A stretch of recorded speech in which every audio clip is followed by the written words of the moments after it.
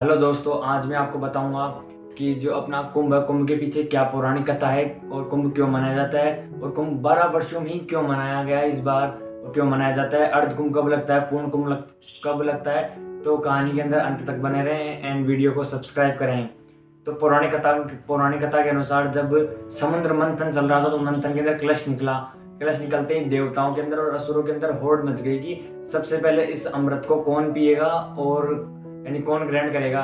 तो इसी बीच राजा यानी धनवंतरी के पास का अमृत कलश था और इसी बीच के अंदर क्या होता है कि जो राजा राजा बलि, जो असुर थे राजा बलि, उनका सेनापति स्वरभानु जो आकाश के अंदर जल के अंदर और जो अपने स्थल के अंदर है उसके अंदर सबसे तेज गति से, तीव्र गति से उड़ सकता था, दौड़ सकता था, यानी उसके बराबरी का कोई नहीं था। तो उसी बीच में उन्होंने धनवंतरी से जो अमृत का कलश है वो झटका और उसको लेकर आकाश की तरफ उड़ गए। इसी बीच जो इंद्र के पुत्र जयंत थे उन्होंने उसको देख लिया और वो कौवे का रूप धारण करके उसके पीछे पीछे उड़ गए वो भी। तो सबसे पहले क्या हुआ, उनके आकाश के अंदर सीना झपटी हुई, उस कलश को लेकर सीना झपटी हुई। तो सबसे पहले कलश के अंदर जो अमृत था तो अमृत की कुछ बूंदें झलक कर कहाँ गिरी, सबसे पहले हरिद्वार के अंदर गिरी। तो वो तीर्थ बन गया। उसके बाद में फिर थोड़ा बहुत जीना झपटी हुई और उसके अंदर और असुर आ गए उसके साथ देने के लिए और इसी तरफ देवता भी आ गए। इसी बीच में दूसरी बार अमृत छलका और उसकी बूंदे गिरी, प्रयागराज के अंदर गिरी, तीर्थराज बन गया जो गंगा और सरस्वती नदी के तट के स्थल पर यानी संगम पर है। तीसरी बार इसी तरह अमृत छलका तो कुछ बूंदे उज्जैन में शिप्रा नदी के किनारे गिरी। और चौथी बार जब जल का तो नासिक के अंदर गोदावरी नदी के अंदर कुछ बूंदे अमृत कलश की गिर गई। इसी तरीके से 4 जगह गिरी। तो 4 जगह ही इन जो पवित्र जगह होती है इसी पर ही अपना जो ये कुंभ मेला होता है उसका आयोजन होता है। इन 4 जगह के अलावा कहीं आयोजन नहीं होता। अब आपका क्वेश्चन होगा कि ये ओनली 12 वर्ष में ही क्यों बनाया जाता है और इनके पीछे लगने का यानी कभी प्रयागराज में, नासिक में कब कब कैसे कैसे लगता है। तो इसके पीछे सबसे बड़ी ग्रहों की स्थिति होती है, वो इस पर डिपेंड करती है कि ये कब कौन सी जगह पर आयोजित होगा।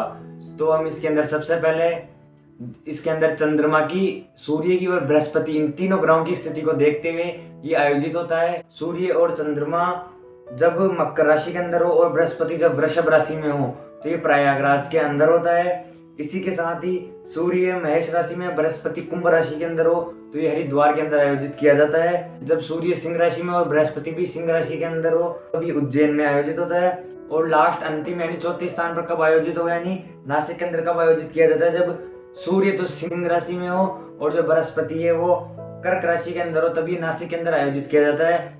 मूलतः हमारा 4 प्रकार का होता है जिसके अंदर कुंभ है, अर्ध कुंभ है, पूर्ण कुंभ है और महाकुंभ है। अब इसके अंदर हमारा जो अर्ध कुंभ होता है वो हर 6 साल के अंदर लगता है, जबकि जो पूर्ण कुंभ होता है वो 12 साल के अंदर एक बार आयोजित होता है और जो हमारा महाकुंभ वो 144 साल के अंदर एक बार आयोजित होता है। तो अब ये पूर्ण कुंभ होता है उसके 12 साल के अंदर लगने का रीजन क्या है।